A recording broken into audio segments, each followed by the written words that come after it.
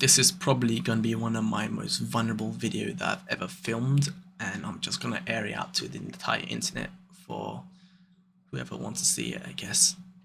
I know that realistically no one's going to see this video and no one probably even cares, but for those of you who do watch this video, thank you. And I just want to talk to you about my experience as growing up as an undesired, below average male, I guess. Yeah. And before anyone comes in the comment section to say, oh no, you're not fucking chopped, blah blah blah, it's alright, it's fine. I don't need any sympathy. That's not why I filmed this video. I didn't ask for sympathy. I don't want you guys to feel bad or sorry for me. I just want to talk to you about my experience growing up as a less desirable guy, I guess. And hopefully some of you might be able to relate to my experience and just know that it's not over. But yeah, so let's begin. So for those of you who don't know, I actually come from Thailand, and I came here in 2006 when I was about 7 years old. Back then the whole landscape was completely different, you know, K-pop was not big, and Asian people in general were just viewed as undesirable, you know? And especially with the portrayal in media as well, where Asian people were pretty much the butt of the joke and just subjugated to the being a comic relief for everyone else. So that really didn't help the portrayal of Asian people. So me growing up in that environment as a kid, if you grew up in that environment back in the day as well, you'll understand, because racism was pretty high against Asian back then. And kids used to go like that to your eyes and just make fun of you just for being Asian, really. Like they'll call you names like Ching Chong and all that. That's pretty much how I was treated when I was younger. And now looking back at it, it might have not sounded like a big deal back in the day. It definitely would have affected like my fucking chemistry and how I view myself as a person. And yeah, especially taking all that in as a kid, you know, knowing that other people view you like this as some kind of weirdo, it really, you know, doesn't really give you any self-confidence. So yeah, it was hard growing up back in then. I mean, I'm not saying it's harder back then, but I'm talking about my experience here. But it was really difficult for me to love myself back then because of how other people perceived me as, you know. I always just brush it off as, you know, it's just a joke, it's just funny, you know. I'm a guy, you know. We have banter all the time, so it's not a big deal. But deep down, I knew it was a big deal. Deep down, I knew that it affected me. I knew that I couldn't compete with other kids because everyone was making fun of me. But, you know, I could play it off back then, you know. And it's just that entire mindset of knowing that no one like would see you as attractive or even as human, I guess. That does things to you. So I pretty much pretend to be, no, try to play into the stereotype and try to be as funny of a kid as possible so other people would like me. That's my way of coping with it, which I don't really recommend because you're just being a clown at the end of the day. But I thought, you know, as long as they're laughing with me, it doesn't matter, you know. As long as I subject myself to be the butt of the joke on my own terms, it's fine. Thinking back at it now, yeah, that's probably not good, but that was my way of coping with it. But ever since I grew up, especially I was a nerdy kid back then as well, so it didn't help the stereotype, you know. I was the nerdiest kid. I collected cards, Yu-Gi-Oh cards and Pokemon cards, and I did that all the way till literally before I went to uni, I guess. So my whole entire, I guess, childhood, I just thought in my head that no one actually likes me in, like, romantically. No one will actually find me attractive. How am I even going to find myself a girlfriend? Because back then, I desperately wanted a girlfriend. Like, you don't understand how lonely I was. I just wanted to feel desired by someone, you know? And that feeling never really got fulfilled when I was younger. That feeling of wanting something so badly, but yet you didn't know what to do, you know? You didn't know how to obtain that.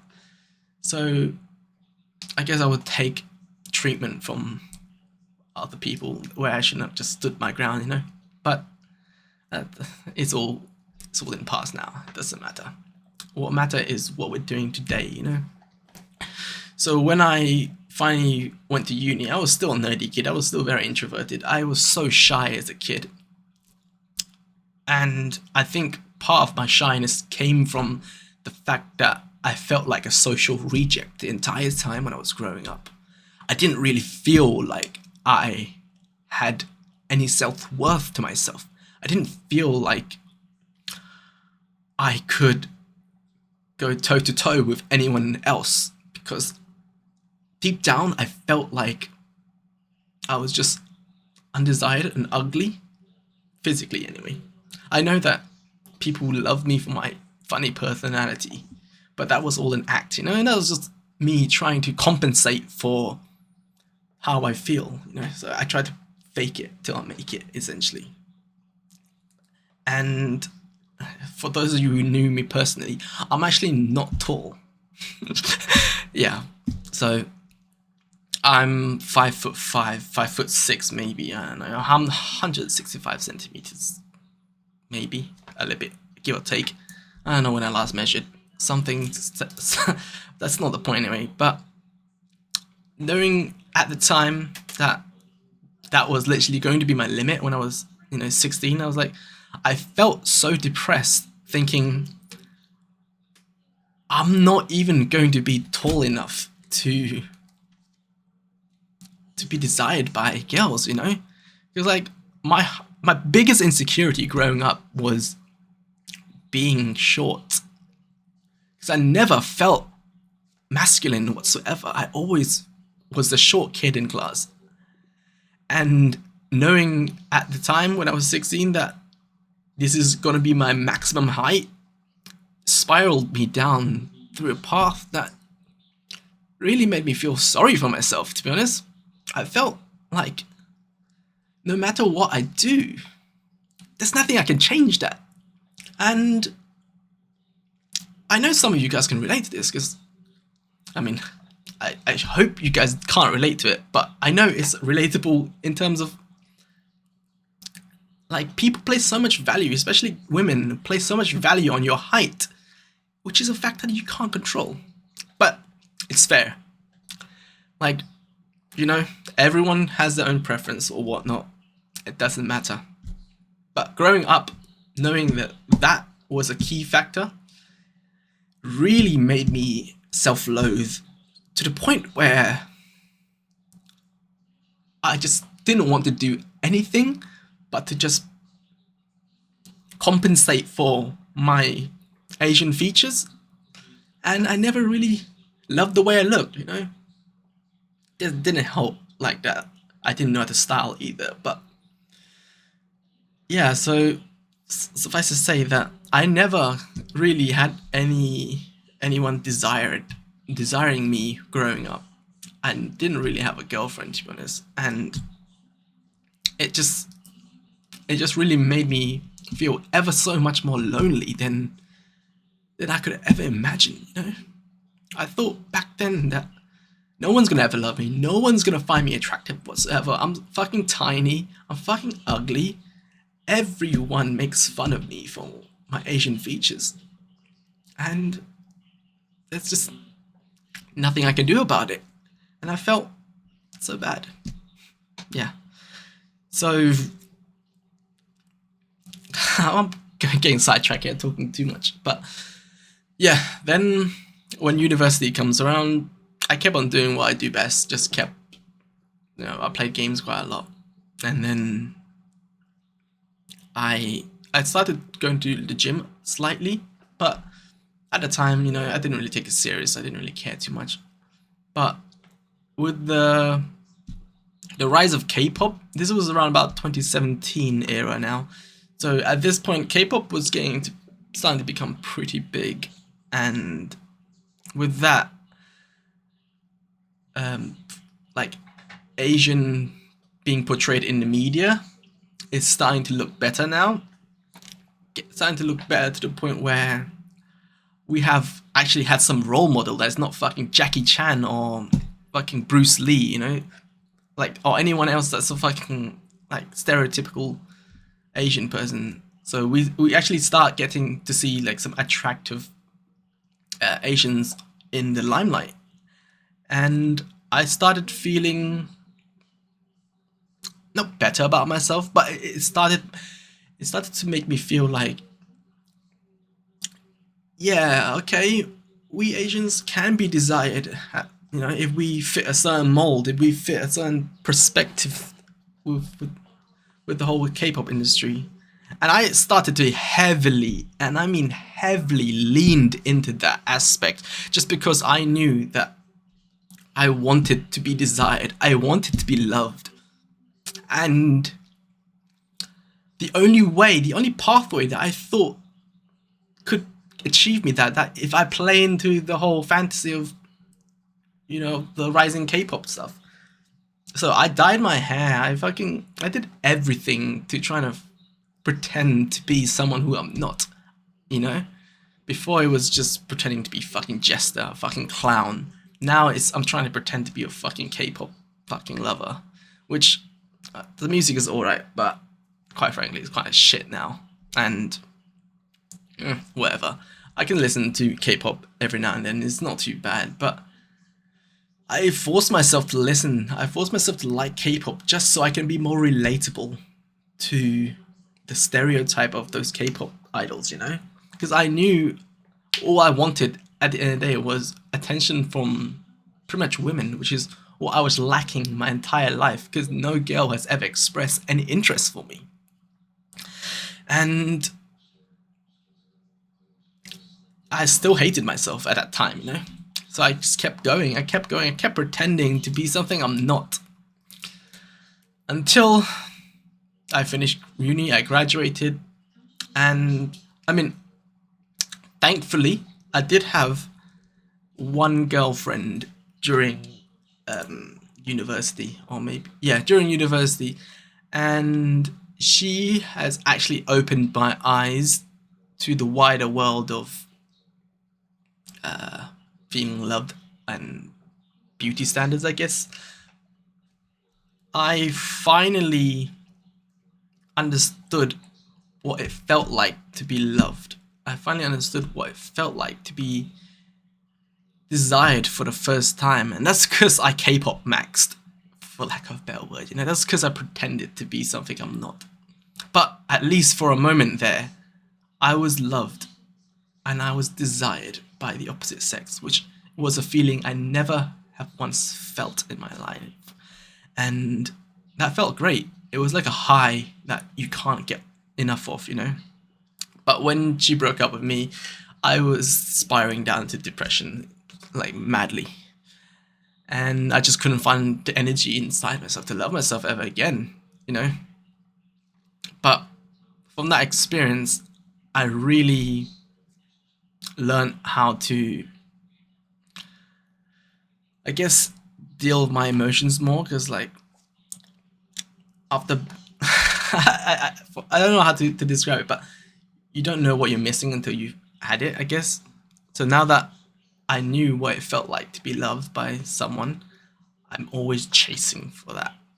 I'm always chasing that high, and I just couldn't. I still have deep rooted insecurities in my height and how I look, and I just couldn't accept what I am. And this kept going along from one girl to another. I ever since university, I started becoming more outgoing slightly, and I put myself out there more. So I was attracting more and more women, but they would never stay. That's but that's a completely, totally different issue. I am a horrible person to date, and I have lots of self improvements to change in to improve in that aspect. But that's besides the point. But the more women that I ended up dating, the more I realized that at the end of the day, they I don't know what to say. I don't know how to put this into words. You start to realize a pattern with what women want, and this might sound like I'm being fucking misogynistic or a hot take or whatever, but I guess the more experience you have with women, the more you pick up on things and little subtle things that they do, and it just becomes easier to once you've had one person, you learn a lot from that, and then you start getting better and better on picking up on cues on what women want and which women don't like. But this all, I was still just winging it, pretending to love myself, pretending to be something I'm not. Until recently, last year, when I had a girlfriend for 2 years, that was my longest relationship. And she left me at such a state that I could not find an ounce of energy to even love myself. Apologies if you can hear that in the background. But I was fat at this point now, because like I was in such a happy relationship, air quote happy, but because I never truly loved myself back then, because I still had the same insecurity back then of my height being fucking below average, my face being fucking below average, no girl fucking likes me, and I was also gaining a lot of weight as well. So it all just accumulated, and I can't pretend to love myself, I can't pretend to have confidence. But when she left me, it all came crashing down. The facade I had of my self-worth just all disappeared, and I was in pieces. I had to look at myself deeply and see myself for what I am. And it was not a beautiful sight, for lack of a better word. I'm not talking about physically, I'm talking about mentally, I had so much work to do on myself to get me to the point where I can accept myself for who I am. Oh, don't even get me started. I was fucking balding too. Like, I was losing hair left, right, and center. And that really shattered my self-image to the point where I stopped taking pictures of myself for entire 2 years before this, Like, I just refused to take pictures because I just did not feel comfortable whatsoever. I used to be okay with it, But it was just like an accumulation of insecurities stacking up on top of each other to the point where I just didn't want anyone to see me because I couldn't accept myself for who I am. And I highly doubt that other people would, So this video might sound like very surface level because I'm talking about appearances and the way you look. But I guess we could talk about personality in another video. But I just want to talk about my experience growing up as being literally undesired and ugly. Some of you might disagree, some of you might not. I hope you disagree, but yeah. Anyway, so last year, I had to pick myself up, I looked at myself in the mirror, I was like, I was fat, I was balding, and I'm short. Not the fact that I'm Asian as well. It was not a good combination. And and yeah, I actually sought out help I came across a YouTuber coach that was regularly watching, he did a lot of breakup videos because I was trying to get over my breakup. But, you know, I laugh at me or not, I fucking bought into his course or like consultation, I guess. But it really fixed my mindset up. It changed my outlook on life. And together, we began to fix the different aspect of my personality, my physical, my personality and my mentally and physically, yeah. We began to fix that one at a time slowly, and just get me to love myself more, you know? First of all, it was all a construct in my head. As much as I want to pretend that everything is okay, but yeah, a huge part of it was the mental block that I had in my head for all these years, thinking that I'm undesired. No, I have. There was no social proof whatsoever that anyone could ever desire me growing up. That is. So I had to unlearn all that and make myself believe in myself that I can be loved, and it's not that difficult, basically. So I just started going gym. I started going ham, actually. I started taking my fitness seriously. I started taking my skincare seriously. I decided to do something about my balding hair. So I got a hair transplant. And then, I mean, I'm not that crazy enough to go get leg lengthening surgery, but if I was in the same mindset back then, I probably would, because I know how much height matters to women. As much as I hate that rhetoric, you know, I hate to admit it. Like, I don't want height to be a factor, but it's quite simple, it is. And whether you like the fact or not, it doesn't matter. But it would have made me a lot more confident in myself if I was, say, 2 inches taller, you know? Would have gave me more self-worth, I guess. Made me feel more assured. But thankfully, I didn't have to do that. I am quite comfortable within my 5'5" stature, you know? The ideal male peak height, just saying. But yeah, I started going to the gym seriously, taking my skincare seriously, and things start clearing up. I started to love myself more because I was getting skinnier. At this point, at the peak of it, I was about 80 kilograms. And you could probably see a video from last year how fat I was, and I could not bring myself to look in the mirror, you know?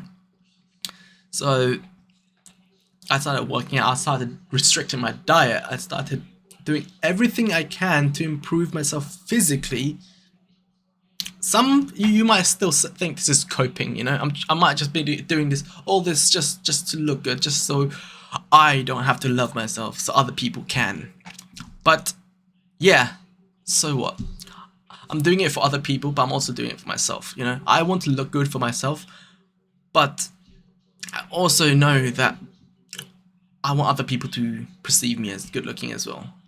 As shallow as that might sound, can you really blame me? Because at the end of the day, I just want to be desired. I just want to be loved. So instead of focusing on things that I can't control, I'm just going to do everything that I can to fix myself. And yeah, I am where I am now, which is what you're looking at.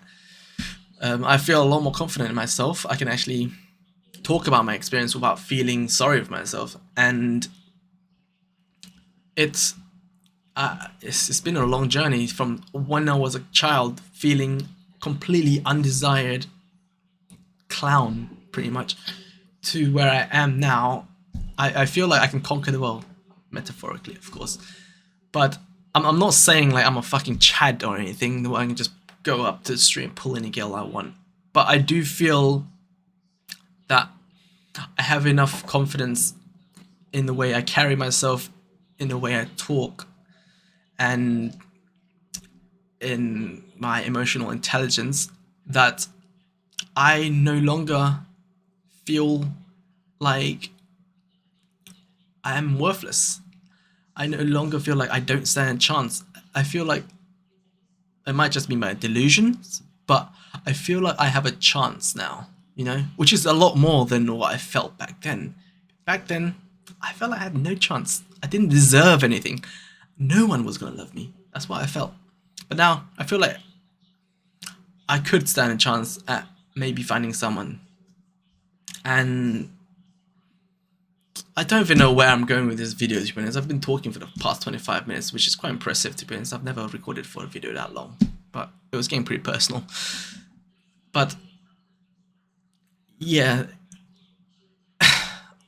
last point, I just wanted to also add, people treat you so much different depending on what you look like. If you look like me back then, nerdy, ugly, fucking Asian kid. Okay, I won't say ugly because that's a bit being too harsh. But just, back then, people didn't really give me the time of day. But now,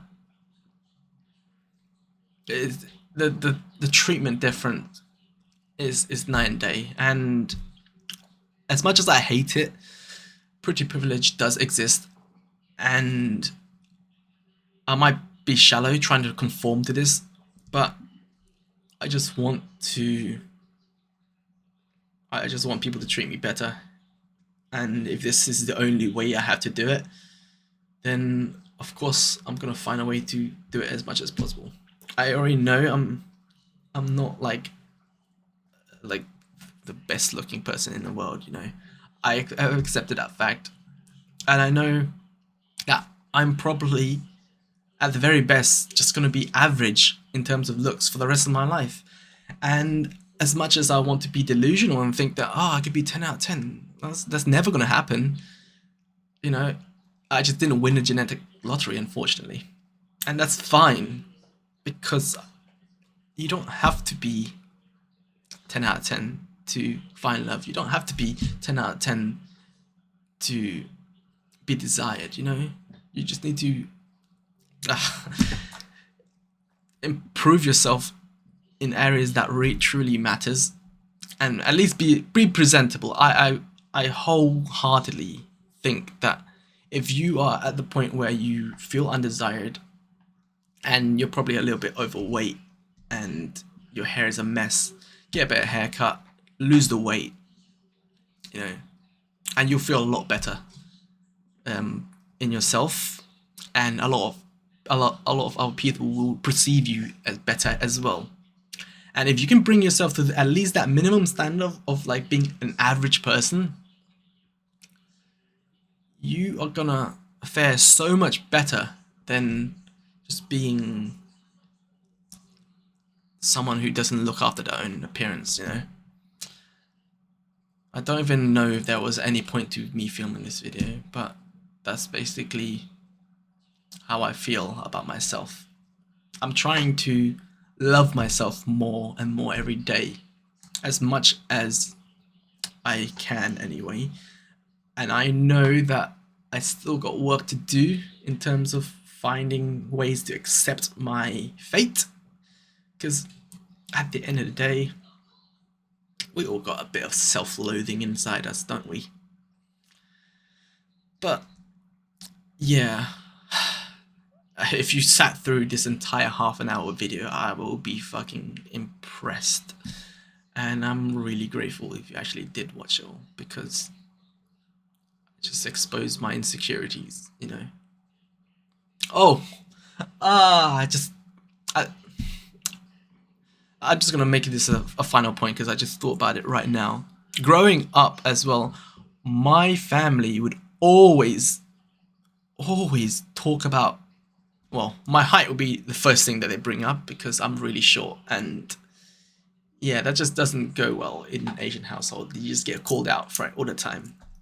And the beauty standard in Asia is to have a nose bridge, which I lack a nose bridge, you know. So my nose is complete, my face is completely flat. Well, it's more angular now that I've fucking started working out, but you know, I don't have a nose bridge. And growing up, that was also another one of my biggest insecurity, because everyone wanted a nose bridge, but you know, I wasn't born with one, and I could go to get surgery to get it fixed, but I feel like I would be doing myself a disservice, you know, an injustice, because I've accepted the way my nose is, and I've grown to love it for what it is now. But you know, growing up knowing that you don't fit the beauty standard within the country you're living in or growing up in, and you don't fit the beauty standard from the country you're born in, really fucks with your head. It really makes you feel like, where do I even fit in? Am I just gonna be that undesirable forever? But that's not the case, you know. There's always something you can do. There's always work that you can work on yourself. Physically, mentally, the whole 9 yards. But yeah. I hope this is just my own personal experience of growing up as an undesired person, or below average male, I guess. But yeah, thank you for watching, and have a good day.